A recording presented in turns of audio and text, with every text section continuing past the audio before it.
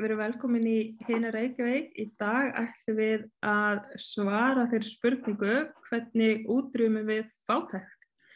Við vitum að fátækt raunverulega til staðar á Íslandi. Við vitum að það fullt af fólki sem að býr við þær aðstæður, þá sem fátækt og það þarf að laga það. Við vitum að birtingarmyndir hennar ömurlegar, þannig við ætlum að ræða hvað þarf að eiga sér stað svo að fátækt sé ekki lengur til staðar í samfélaginu og hvernig hægt að útrýma fátækt. Og Ásta Dís og Laufey eru hér hjá okkur í dag. Kannski ef við byrjum bara fyrst á skilgreiningunni á fátækt og hvaða hópar í samfélaginu búa við fátækt. Eru við svona með einhverja almenna skilgreiningu eða það svona þeir átti ekki pening út mánuðinn og getur ekki borðað, eða hvernig hefum við svona verið að skoða þetta á Íslandi? Ég byrja kannski á þér, Ásta. Já, það pínu erfitt alltaf að skilgreina. Í fyrsta lagi því að lönd eru mismunandi og misþróuð og vel að við komin. En ef við horfum að fátækt á Íslandi, þá notum við viðmið frá Eurostat sem að heyrir undir ESB. Og þeir eru með þarna ákveðnar spurningar. Þeir taka tekjurnar og skoða línu sem yfir 60% miðgildi. Ekki meðaltal, heldur miðgildi. Þar draga línuna og skoða þá sem að falla undir línuna. Og telja þá þeir sem eru undir línunni, þeir eru í fátækt og þeir sem eru við línuna eru þá á fátæktabrúninni. Mörkum þess að lenda í fátækt. Það svona, þetta hefðbundna viðmið hjá þeim.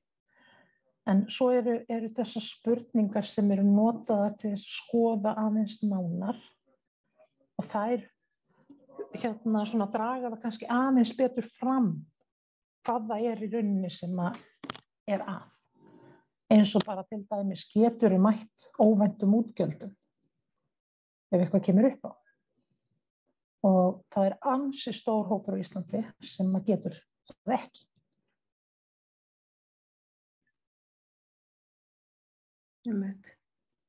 Þetta og það er þá kannski hægt að segja þessi fólki sem að lifi bara paycheck to paycheck eins og sagt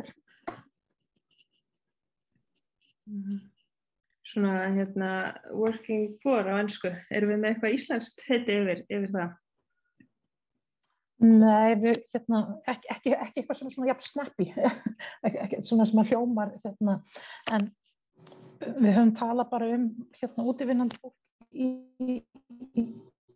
í fátækt og það svo bara láglaunahópurinn. Það fólk sem að í 2 og jafnvel 3 vinnum og nær samt ekki endum saman. Og það að mínu mati stafar það að tvennu. Það annars vegar að launin eru klárlega allt of lág. Það búið þrýsta þeim allt of langt niður.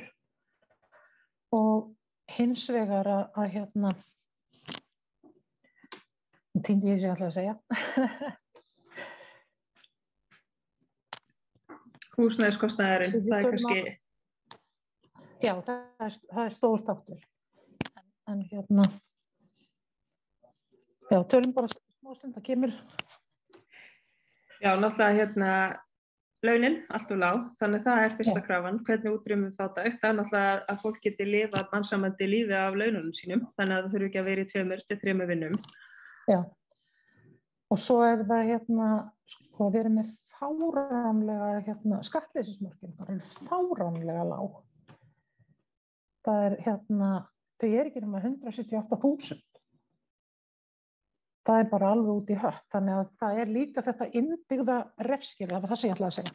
Þetta innbyggða refsikerfi einhvern veginn, að ef að þú stendur fram fyrir því að þú átt ekki mat til að gefa börnum, hvað gerir? Þú reynir allt til þess að bjarga þér og bæta aðstöðuna og þú finnur pössun fyrir börnum og þú ferð að vinna aðra vinnu með það í huga, ok, þá fæ ég laun til þess að, en hvað gerist? Það þú missir, það hærri tekjur, þú missir húsaleigubætur á móti Þannig að það alltaf þessar skerðingar, þessi refsigleði í kerfinu. Já, þú getur unnið meira. Tökum þetta af þér hérna þá.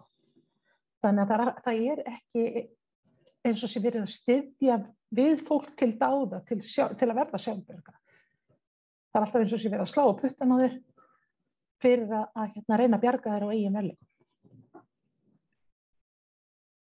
Þannig að við höfum þessi stuðningskerfi fyrir fólk sem að leigja, að þá eru húsaleigubætur, svo sérstakur húsnæðisstuðningur, en sérstaki húsnæðisstuðningurinn, hann ekki eins á milli sveitarfélaga, þannig að segjum að þú sért að leigja í Kópavogi og færð þá samþykktan sérstakan húsnæðisstuðning sem ykkur upphæð og svo flyturðu til Reykjavíkurborgar, þá geturðu í rauninni mist húsnæðisstuðninginn af því það alltaf reglur eitthvað svona félagslegt mat.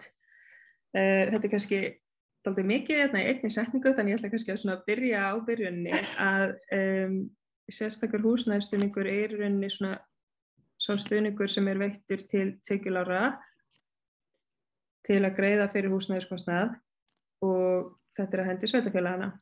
Og það eru ýmsar reglur sem að fylgja því og sveitarfélögin útfæra það og í mörgum sveitarfélögum á höfuðborgarsvæðinu að þá hefur þetta verið þannig að ef þú ert með ákveðna tekjur að þá áttu rétt á því, en Reykjavíkurborg líka með skilyrði að þú sérst að ganga í gegnum einhverja félagslega erfiðleika og ef það á við, þá færðu samþykktan þennan stuðning, en það ekki þannig í hinu sveitarfélögunum, þannig að það svona misræmi á milli. Þannig að þetta kannski eitthvað líka sem að fólk sem upplifir skort og fátækt að glíma við. Algjörlega. Þá komum við kannski, Leyfi. Já, afsakið. Ég ætlaði líka kannski bara að segja að það spurning, af hverju leiga svona rosalega há að við þurfum allan stund til þess að borga, fyrir húsaleigu. Það bara, það náttúrulega kannski spurningin líka því að við sem leigjendur höfum náttúrulega reynslu af því að í þau fáu skipti sem húsaleigubæturnar hafa hækkað eitthvað, þá oftast hækkar leigan á móti. Þannig að þetta er svolítið gallað system, það sem að náttúrulega þarf virkilega að gera að setja bönd á húsaleiguna, þannig að að setja eins og leiguþak eða bara einfaldlega auka framboð á félagslegu leiguhúsnæði, þannig að sem þá með svona óhagnaðardrifnu leigumódeli, þannig að leigan sé ekki svona rosalega há, af því að auðvitað á leigan náttúrulega ekki að vera hærra en fólk getur borgað, en fólk á leigumarkaði náttúrulega almennt séð fólk sem er með lág laun, sem fær ekki greiðslumat til að geta keypt sitt eigið. Það endur á leigumarkaði og þarf að borga miklu hærri upphæð heldur en það myndi vera að borga fyrir að borga af húsnæðisláni. Þannig að þetta er svona svona fátæktagildra að lenda á leigumarkaðum, og það einmitt af því að hann bara algjörlega óregluvæddur og ekkert einhvern veginn sem að gera fólki kleift að lifa af. Og ég meina það miðað við að húsnæðiskostnaður sé ekki hærri en 25% af heimilistekjum, og náttúrulega raunveruleikin sá að þrátt fyrir fullar húsnæðisbætur þá þetta oftast mun hærra. Það getur verið 50% og jafnvel hærri en það. Það minnir að sé hópur af leigjendum sem að greiða alveg 75% af sínum tekjum í húsnæði, og það náttúrulega bara klikkun. Staðan náttúrulega líka þannig að það svolítið verið að misnota að fólkið á leigumarkaðnum ekki í valdastöðu. Það hefur ekki neitt annað að velja. Það verður að taka því sem býðst, og það sem býðst eitthvað sem það hefur ekki efni á. Þannig en þú getur ekki búið út á götu á Íslandi, þetta er bara ekki hægt. Og sérstaklega ekki ef þú ert með börn. Þannig að þá ertu í þeirri stöðu, þú verður að taka því sem býðst þó þú ráður ekki við það. Og þú þakkar þínu sæla fyrir að hafa þakið fyrir höfuðið, en á sama tíma áttu ekki fyrir mat, af því það fer allur peningurinn í. Og það einhvern veginn, eins og þú segir, leið og bæturnar hækka, húsaleigubæturnar og sérstakar húsaleigubætur, að þá eins og það komi örlítið svigrúm og menn grípi það strax til þess að hækka leiguna. Og það náttúrulega algjörlega óviðunandi, en af því að þetta hópur sem að býr við mikið valdaleysi í samfélaginu, að þá hægt einhvern veginn að vaða yfir á endalaust. Og það það sem við viljum ekki, það það sem við viljum sportna við. Þetta þarf að stöðva. Svo náttúrulega bætist líka við að það ekki nógu hröð uppbygging á húsnæði í höfuðborginni, eins og núna. Og mjög víða út á landi reynda líka, þetta ekki einskorðað við höfuðborgarsvæðið. Og meðan að það svona mikill húsnæðisskortur, þá heldur það uppi verði, bæði íbúðaverði og leiguverði. Já, svo ætla ég að bæta við líka að húsaleigan oftast tengd vísitölu. Það eru bæturnar ekki. Þannig að það annað svona vandamál að vísitalan getur alveg bætt við einhverjum 1000 köllum mánuði til mánuðar á sem að leggst á beint á leigjendur. Og það mitt eins og við sögðum hópur sem má ekkert við svoleiðis, þá þetta séu sljómi litlar upphæðir fyrir þá sem geta borgað það, þá þetta mjög mikið fyrir fólk sem þegar að ströggla. Og þetta bitnar alveg gríðarlega mikið á börnum þessa fólks. Þeim samtölum sem ég hef átt undanfarið við fólk sem vinnur í skólum, kennarar og skólaliðar, og þá komið skýrt fram að þau finna það á börnum. Það eru börn í skólanum sem fá ekki að borða. Það eru börn í skólanum sem eru illa til fara og hafa ekki hlífðarfatna við hæfi. Og jú, það vísu þú veist, það allir voru fljótir að benda á þessa staði þess að geta farið til að fá nóti föt og eitthvað þess áttar. En þú getur ekki lagt ábyrgðina þannig á einstaklingin sem í 2 vinnum að reyna að láta þetta ganga upp og getur samt ekki gefið barninu sínu föt. Þú getur ekki lagt þessa ábyrgð líka á þann einstakling. Ég meina, þetta ástæðan fyrir því að þessi hópur bara heilsufarslega búinn og útbrunnin löngu fyrir eftirlaunaaldur.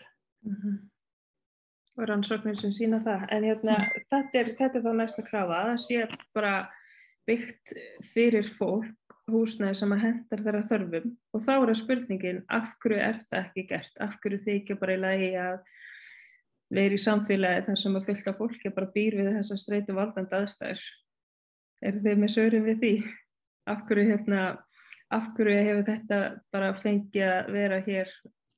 Af hverju viðgengst þetta bara? Af hverju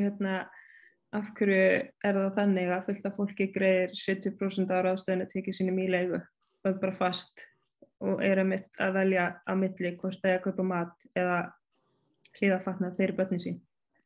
Já, við má taka smá út úr fyrst að þá ekkert fyrir alls löngu síðan var ég í bíltúr og var að horfa á húsin sem við vorum að keyra framhjá, og þá var mér starsýnt á svona ágætlega stór hús. 4 íbúða hús sem voru byggð upp sem fjölskylduhús á sínum tíma og byggu heilu ættirnar í svona húsum. Hvað varð þetta? Af hverju þarf að byggja alltaf pínulitlar, byggja hratt og byggja mjög lítið? Af hverju alltaf verið að tala þú veist, þessa litlu og ódýru íbúðir fyrir alla og reyna að tróða fólki í svoleiðis? Af hverju má ekki byggja upp á annan hátt? Ég sé til dæmis fyrir mér að margar fjölskyldur myndu þrífast mun betur þar sem væri fleiri ættliðir saman í svona húsi. Þá værum við að hugsa eitthvað sem byggir utanum, ég meina það talaði að þurfi heilt þorp til að ala barn. Þarna værum við að tala eitthvað system sem myndi byggja utanum það. Miklu manneskjulegra á allan hátt. En afsakið, þetta var svona útúr. Þú eiginlega tókst orðið af mér, ég ætla að nefna þetta vegna þess að þau farið svo í taugarnar á mér. Það er mikið búið að tala undanfarin ár einmitt að byggja litlar hagkvæmar íbúðir.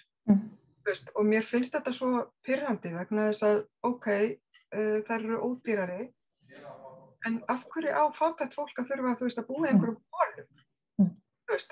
Hvernig það gott fyrir heilsuna og bara, afkomunni? Sko, ég að því að við Ásta erum náttúrulega báðar í þeim bransa að hitta fólk og svona, þannig að við höfum náttúrulega talað við fullt af fólki. Margt fólk, meinti ég Ásta, ég veit að, Íslensku nördin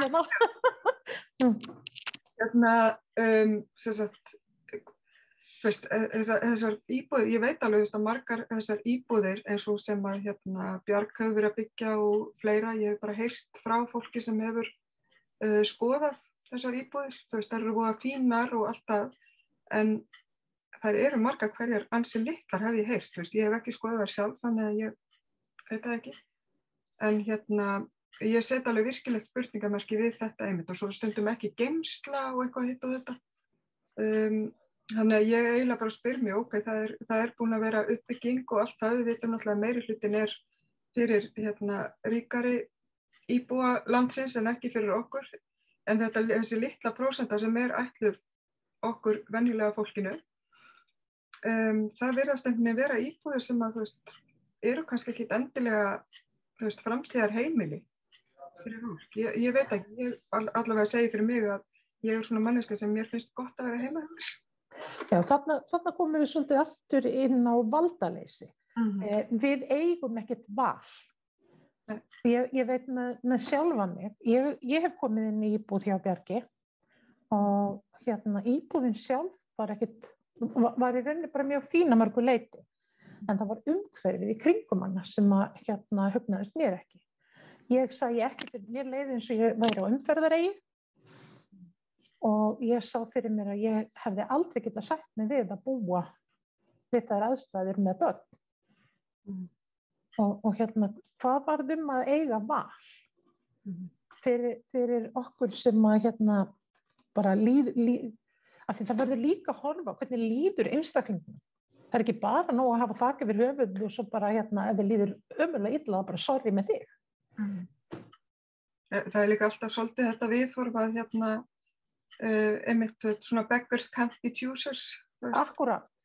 Og þetta viðhorf er einhvern veginn gegnum gangandi í gegnum allt ef að þú tilheyrir þessum samfélagshópi sem er láglauna fólk, börnuryrkja eða hvað það er. Við sem tilheyrum þessum hópi, við eigum einhvern veginn aldrei val.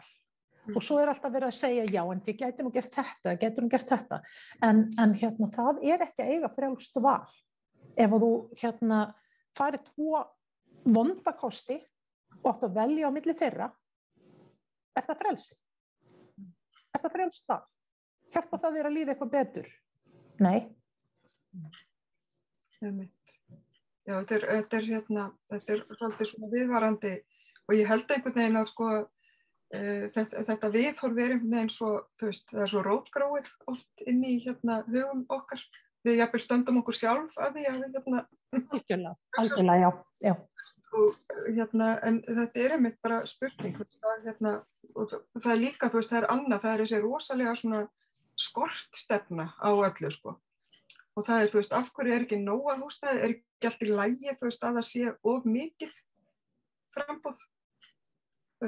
Það er víst ekki gott fyrir markaðina því þá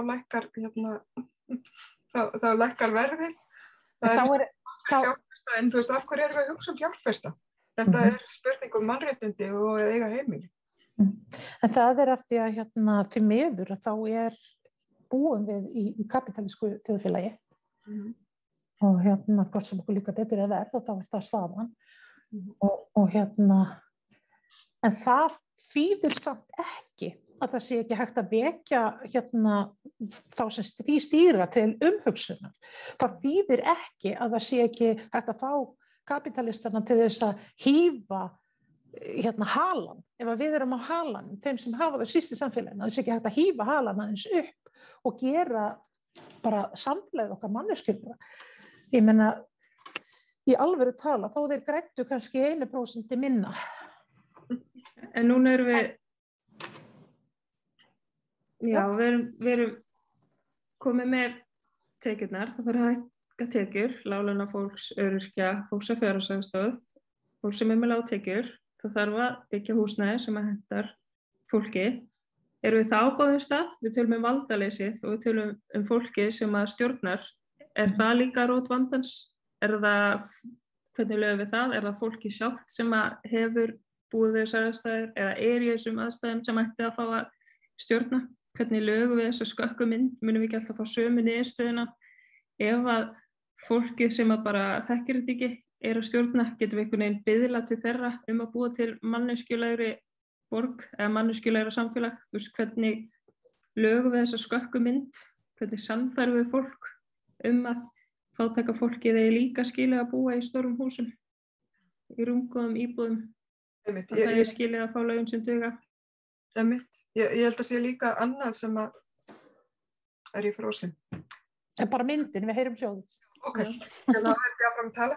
Já, ég held að sé líka annað sem að og það er aðgangur að þjónustu á þess að þurfa að borga fyrir hana, að ókeypis grunnþjónusta. Þetta er náttúrulega líka það sem að éta upp launin, þannig að þetta ekkert endilega bara spurning að hækka launin, heldur að við höfum aðgang að samfélaginu.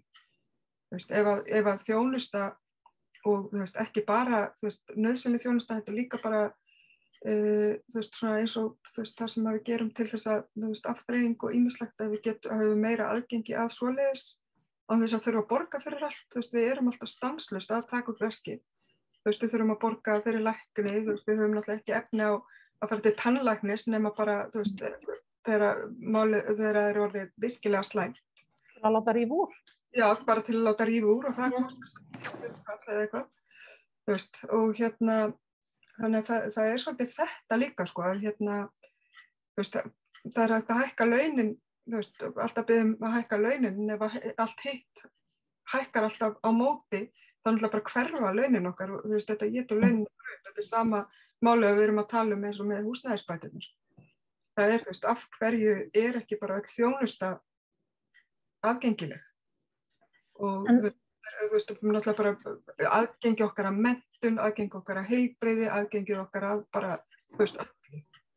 Þannig að ég held að launin okkar myndi náttúrulega duga ef við þyrftum ekki að borga fyrir bókstaflega að þurfa að anda.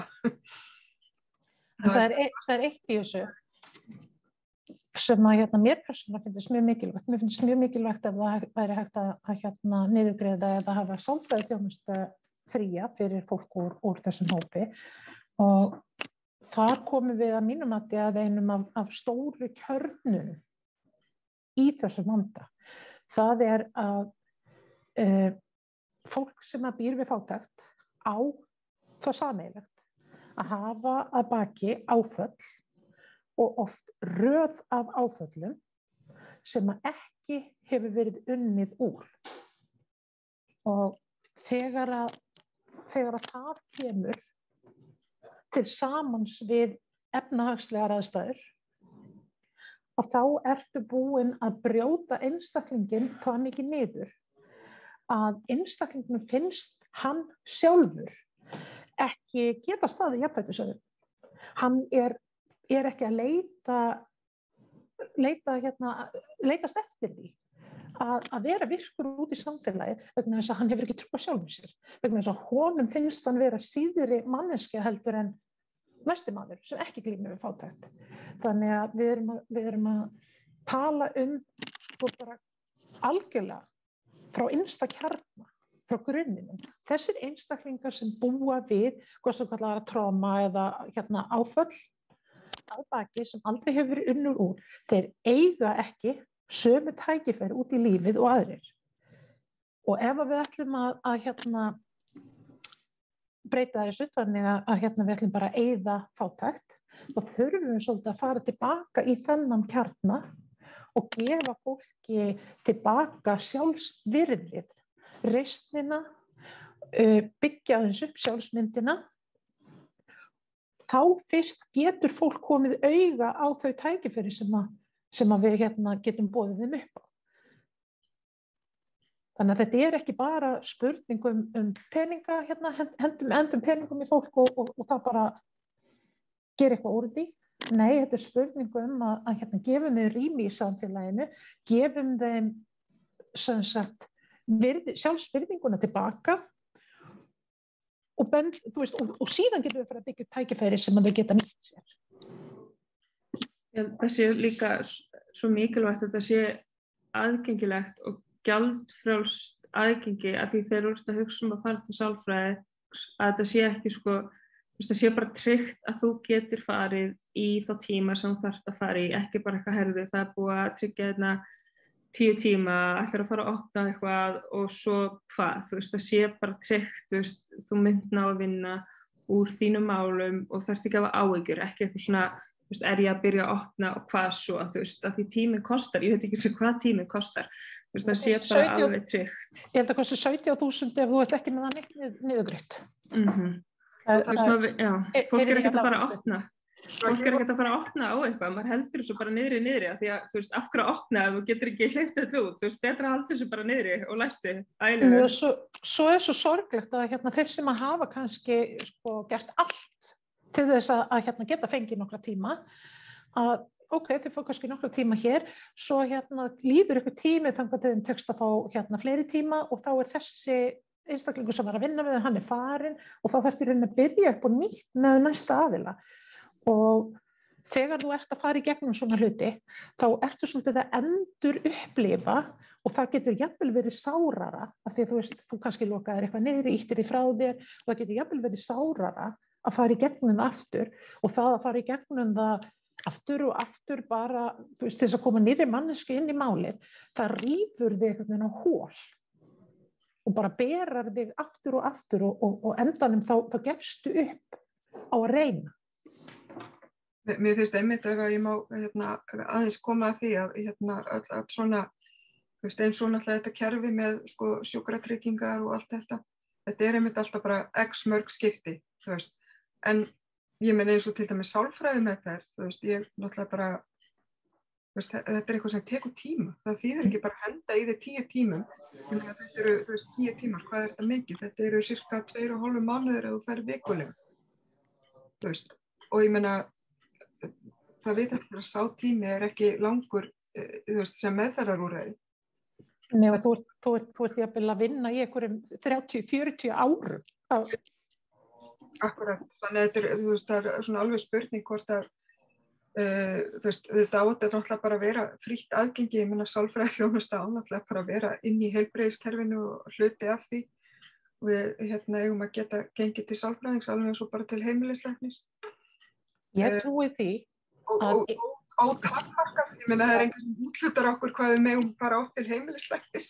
Nei, en ég trúi því að ef þetta verður gert, ok, það er rosa kostnaður til að byrja með, en það er að því vandinn er uppsafnaður.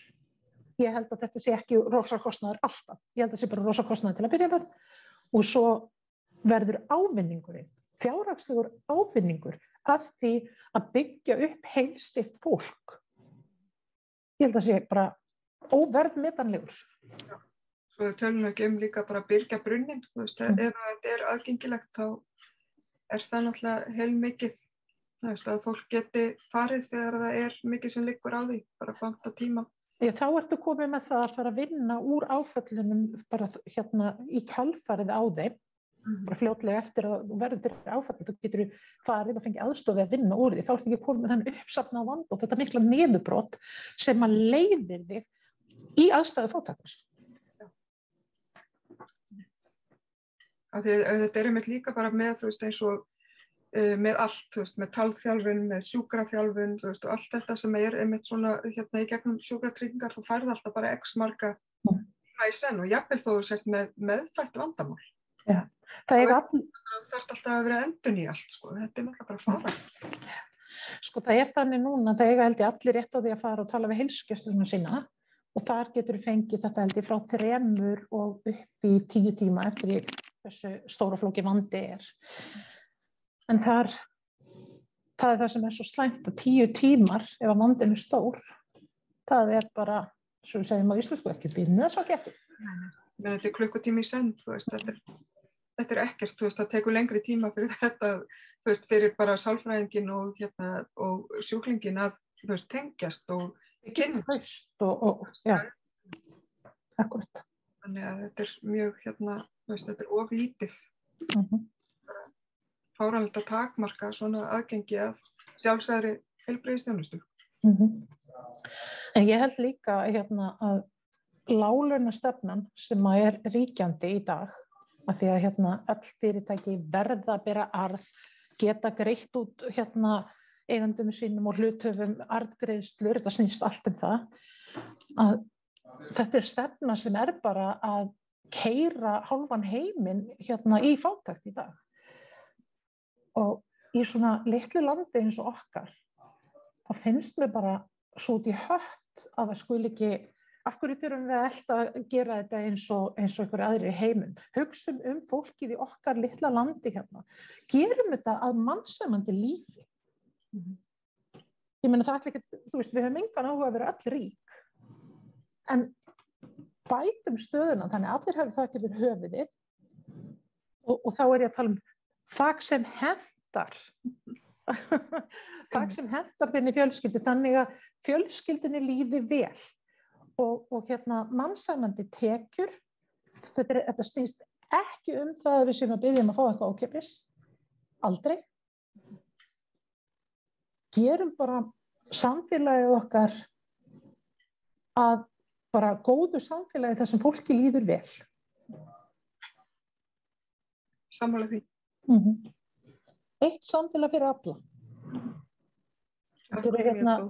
Þetta eru einkenni svo Öryrkjabandalagsins og ég tek þau alltaf svolítið til því mér finnst þetta svo upplagt, þetta snýst ekkert fötlun, ekki fötlun, hvernig þú ert á litin, hvað þú ert á peningum, bara eitt samfélag fyrir alla.